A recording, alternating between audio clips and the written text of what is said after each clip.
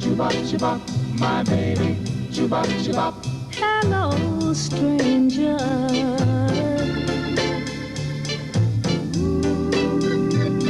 It seems so good to see you back again. How long has it been? Seems like a mighty long time. Chubop, chubop, my baby. Ooh.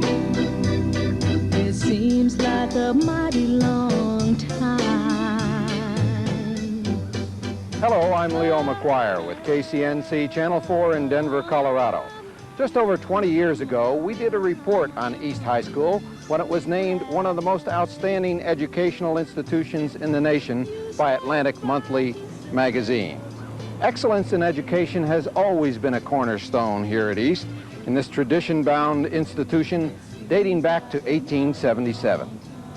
We're going back 20 years in time to visit the class of 1965 and take an inside look at a group of students who graduated early in the tumultuous 60s, an era filled with political dissension, civil disobedience, and a change in the nation's power structure that brought on a major escalation of the war effort in South Vietnam. It started as a simple time, but change was on the way. Denver has 8 senior high schools. This is one of them, East High School. The building is traditional, the methods used within it are not. In the weeks to come, many Denverites will see East High School in sharper focus than they ever have in the past. Their interest will spring from an article in the Atlantic Monthly. In the February issue of the Atlantic, East High School is singled out as one of the finest high schools in America. The article is titled, "The Importance of the Individual." It's written by Wyman J. Aaroncrook. In pre-World War II days, Aaroncrook was the assistant principal at East. Now he is the executive director of instructional services for Denver secondary schools. Aaroncrook says 3 factors have boosted East High above the average. They are changes in curriculum, programming for the individual, and the student government. To point out how the curriculum changed, he noted the classes in the late 1930s were oriented towards preparing graduates for college, because that's where many of them went. After the Second World War, the emphasis shifted to entering the business world. By now, the pendulum has swung again. About 65% of last year's class had plans to enter college. To most people, the term individual programming sounds like an ultra-modern approach to education. At East High, the first efforts towards programming for the individual student began in 1932, 33 years ago. Each incoming student is assigned to a counseling group. The teacher counselor in charge makes sure the students take courses that are within their ability and courses that will help them achieve their goal in life. When the student becomes a sophomore, a 3-year master plan for his education is developed. It is periodically adjusted, usually after each marking period. East High also has full-time counselors to help a student choose a college, zero in on a scholarship, help him get a part-time job during school or a full-time job after graduation. The third factor that Aaroncrook cited in East High's superiority is the student government. The members are selected by and from the student body. Their goals are reflected in a code of conduct that the school has accepted at the urging of the student government several years ago. The code is reproduced in a billfold-size card, which is given to each new student. The code stresses the importance of courage, competence, culture, courtesy, and character. Aaroncrook says, quote, "The influence of these pupils, that is the student government, has been a positive force in the total school life of every member of the student body." But what does all this produce? Last year, a month before graduation, 95% of the senior class indicated it had been accepted at a college or had a promise of a job. A later check showed that 96% were employed. That's only 4% unemployment. Leo McGuire, KOA Education Reporter. East has always had winning athletic tradition, and one angel largely responsible for that was football coach Pat Panic, a Denver legend who racked up 203 victories, 2 state titles, and 15 city crowns in a career that spanned from 1938 to 1965.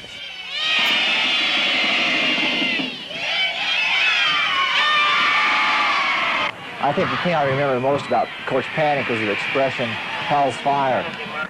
I remember during practice, if we weren't doing the job right, he'd put everything down, he'd show us what to do. And I think the kids had a lot of respect for him at that time because he was a very confident person, knew exactly what he wanted done, and if you weren't doing it right, he'd do it himself and he would show you how to do it, even though he was 60 years old or more.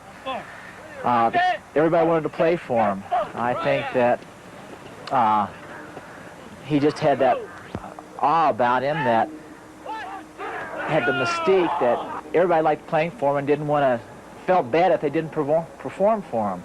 I can remember 1948, the fellows, we had Leon Diner on the staff, and Greg Browning, and I forget, Bill Weimer was over there, and somewhere in there or other they thought we'd ought to go to T because everybody else was doing it. So we ran some T to start out with that year, and we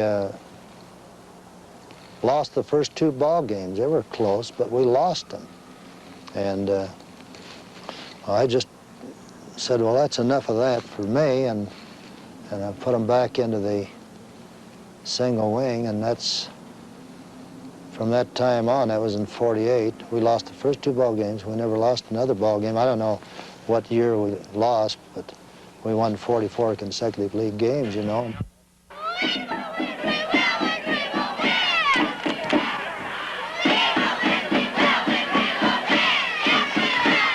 Tradition was such an important part of what East High School was all about. I think the feelings that we had about the school was a feeling almost that if, not necessarily if we lost, but more importantly that winning was a part of that tradition, and I guess part of that love that we had for that school and for that winning tradition, you know, overlapped into some of our lives. It was fairly easy to be close to somebody that you shared those feelings of being in the mud with, so to speak, digging down deep to go for that little extra effort that needed a victory. Those were special times. It was a special experience. I think it went a long ways toward forgetting about, if you will, your color or how people felt about you as a entity other than just as an athlete and as a person. Because of the families represented at East and the communities represented at East, and because of the traditions of the school, of being an integrated community from 1903 on, East was ahead of its time. Many of us have thought of the middle 60s at East as the years of Camelot, when integration worked easily and smoothly and people were happy with what was happening to them, both as students and as teachers. I think the athletic tradition that East developed at that time was a combination of many things. Number one was, I think there was a rich blend of athletes, talented athletes, both black and white, a good coaching staff. But I think the most important thing was that we expected to win, and we knew we were going to win, and we knew we were the best, and I think that we performed that way. And when things got tough, I think we felt that we just knew somehow, some way, we were going to pull it off. As for his single wing football, I kind of like that stuff where you tell the other guy you're coming his way and you put the blockers out there and you knock them down to go the distance. And Pat has coached that. He's done well at it. Maybe we'll just have to kind of thank him for being one of the last to show us what the single wing is all about. To Panic, the very best. May he set an example to help other high school coaches who will give equally in years to come. A good guy, Pat Panic.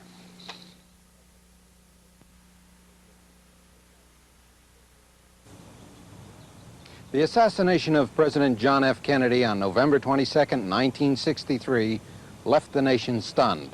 It tarnished the ideals of students everywhere. High school students in November of 1964 saw President Lyndon Johnson elected to office. This changing of the guard would have a profound effect on the escalation of the war in South Vietnam and on a growing anti-war effort at home. You know, the memory that sticks with me more than others, and I know every one of us in this country has a memory. Where were you on November 22nd, 1963?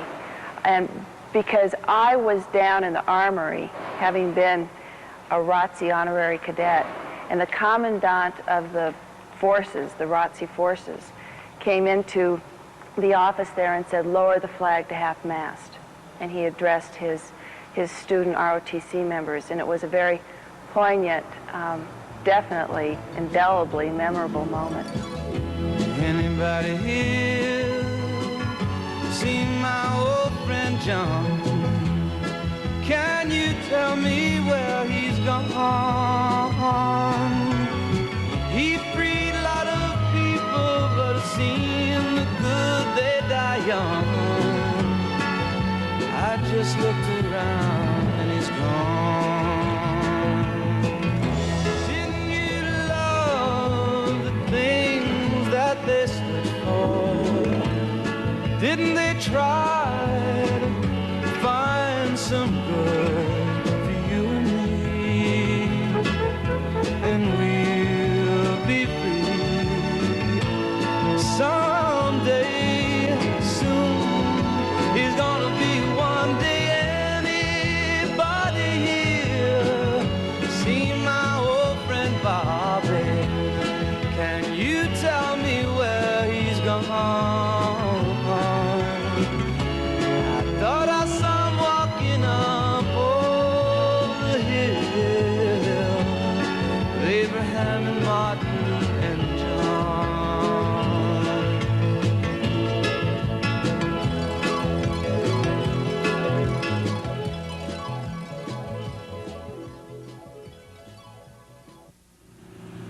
Well, you know, I see Johnson's election as really kind of a preface to a lot of things. In a way, it was a very sad time because Kennedy had been assassinated, and the racial difficulties in the country were really honest then, and you could see that there was going to be a lot of change, and it was going to be very difficult for a lot of people. But you could also see the start of the war. You could see the commitment in Vietnam starting to increase, and you could see as the Congress early in Johnson's term passed the War on Poverty that we had a theory of guns and butter, and I think it was obvious even then that you can't have both. National politics was not about to discourage East students from having good times. And with all the new music from Liverpool and Motown, how could they miss?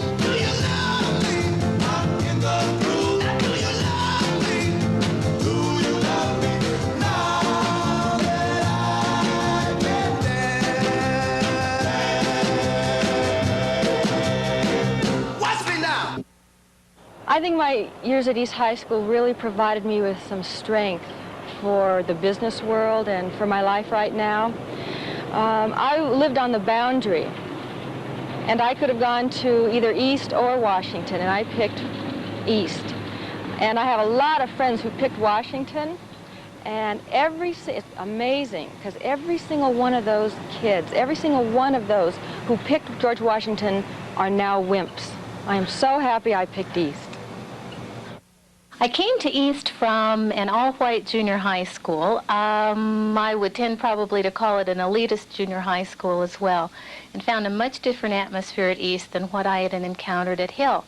I found that it was much easier for a student to move across all different kinds of social strata, economic strata, have friends in different groups, not be assigned to any one particularly rigorous clique. In short, to basically broaden your spectrum of personalities and social backgrounds, which had been kind of narrow in terms of what I had been exposed to before. The way we all were back in the 60s is that our schools sort of framed most of our waking hours, our time. So the school became really a community of sorts. And for example, East High School, that was a place that was better than Manual High School or George Washington High School, and you developed a sense of loyalty, of pride. You know, the years we were all at East, we were winning everything athletically, academically, and you know, the whole experience was just really so positive, because if the basketball team won, everybody won. If the track team won, everybody won. And speaking of winning, East's basketball team won the state AAA title in March of 1965 with a nail-biting overtime victory over Pueblo Centennial.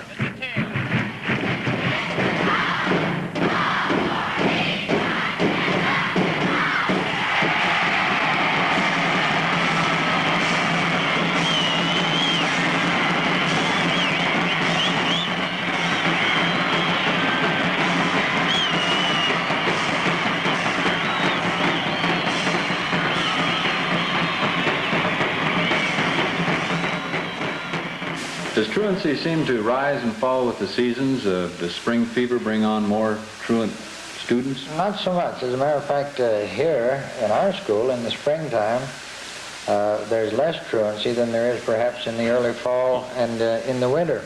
In the fall, we have lots of kids who haven't made up their minds. They haven't resolved whether or not they're going to school. And this lack of ability to come to a decision causes a lot of truancy. In the wintertime, we have lots of kids who go skiing, and this causes truancy. But by the time spring rolls around, they have too much invested. And truancy, of course, is the quickest way for kids to flunk out of school. Don't be afraid to try the greatest sport around. Get your way, get your way. Those who don't just have to put it down. You paddle out, turn around and raise, and baby, that's all there is to the coastline craze. You gotta catch a wave and you're sitting on top of the world. It's been a hard day's night, and I've been working like a dog.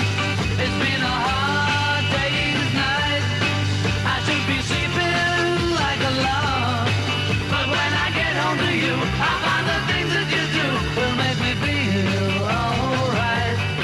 Keep on walking, keep on talking. In March of 1965, one of the nation's largest civil rights demonstrations in history took place in Alabama, when thousands of demonstrators from around the country marched from Selma to Birmingham in protest of voting registration restrictions placed on blacks in that state.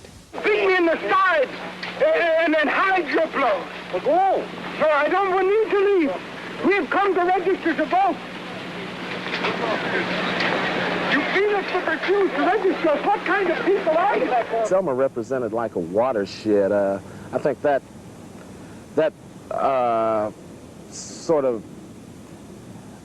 brought the public's attention to what we did not think was a problem in this country. I would say, as it affected me in particular, and I think I can say the same about most of my black classmates, is that it didn't, and that was maybe the tragedy of it. We were in Denver, which was 2,000 miles away from it. We had never had to deal with the forces that made, say, the people on that bridge willing to sacrifice life and limb for a principle. Your orders to disperse, go home, or go to your church. This march will not continue.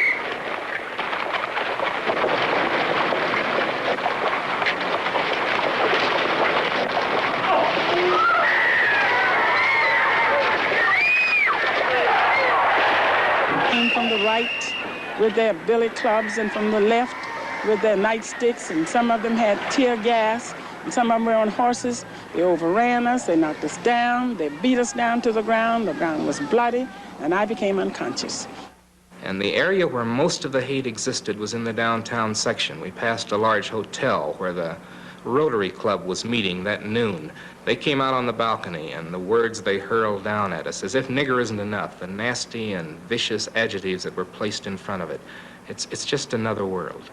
I know you're asking today, how long will it take? I come to say to you this afternoon, however difficult the moment, yes, sir, however frustrating the hour, it will not be long, no, because truth crushed earth will rise again. Yes, demonstrations such as Dr. King has staged in Selma dramatize for the rest of the country just how far the Negro is being denied the right to vote. I think the easiest way to solve these problems is for the registrars to enroll Negroes, for the troopers to stay home or at least to go out and chase criminals and not beat up people who are simply trying to walk to the courthouse and put their names on the voting books. While Selma did seem far away for many of East's black students, the reality of racial prejudice would be arriving all too soon.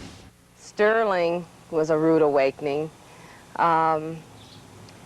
There were 3 black girls on campus, and we were invited to the church there in Sterling. And it was an old-time Baptist church, I'd imagine. And the minister gave a nice sermon, and the minister and the deacons walked out and lined up at the door, was shaking everybody's hand, and then I shook his hand, and he looked at his hand just like my color was going to rub off on him. And it was really frightening. It was something I wasn't used to. I hope it's something that my children won't have to experience, because it's a frightening experience.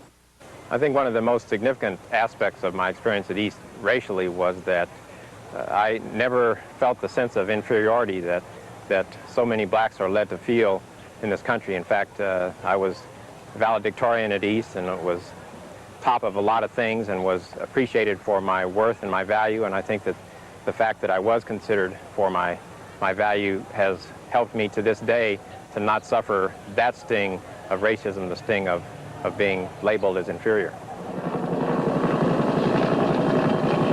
With the increased commitment of U.S. troops in South Vietnam, many of East's graduating members found themselves on a date with a new partner, Uncle Sam. It's really difficult, I think, to look back and say, well, I now have a different perspective than what I had then, because I didn't really have much of a perspective. In high school, there was no consideration of Vietnam.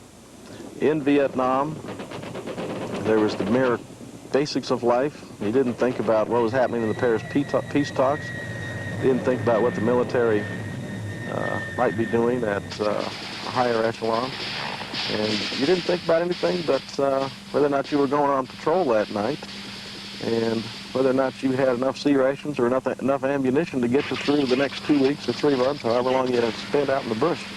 I think the only conclusion that I came to is that probably our government and probably the military in the higher echelons made some serious mistakes in ever committing us to a situation like that to begin with. Those of us who joined the service were placed in a setting that we were not completely fully aware of what was occurring. However, in retrospect, if we were to stop communist aggression, we did a hell of a job of going over there and killing a number of innocent people, as well as our own lives that were lost, devastating the country. And now I look at it, and not only did we do that, now we're back spending all of our money to rebuild this country. Springtime in the Rockies. The East High way of celebrating included Color Day. Prior to May of 1927, Color Day used to be better known as Red and White Day. That sprouted from an even older tradition known as Slouch Day, when everyone would show up dressed in baggy clothes and after lunch, disappear. The other Denver high schools were reportedly so envious of Red and White Day that many visitors would appear to help celebrate with East High School students. In 1927, the Denver School Board voted to introduce a citywide day of celebration, similar to Red and White Day for all Denver high school students. It was the origin of Color Day. Incidentally, East's colors are red and white for a practical reason. Back in 1877, when the class picked school colors, the only ink available, besides black, was red. It was an easy choice. The tradition has endured. By the time the June graduation ceremonies were held, much of the youthful idealism in the class had died. But in its place came recognition of reality. Whether the future brought those graduates to the trenches of Vietnam, to the college campuses, or to the rigors of parenthood, the environment was more difficult, in many ways more hostile. I think the outstanding overall characteristic of the class of '65 was their drive for excellence in everything that they did. In scholarship, in artistic productions, in music, in athletics, in everything they went after, there was this drive for excellence, to do the best, to be the best that they could be. And in many ways, they were the best. But the graduates adapted to the new settings. At East High School, they became part of tradition. The time they spent at East and their experiences there remain as pieces of a dream. There are places I remember all my life, though some have changed, some forever, not for better. Some have gone and some remain. All these places had their moments with lovers and friends I still can recall.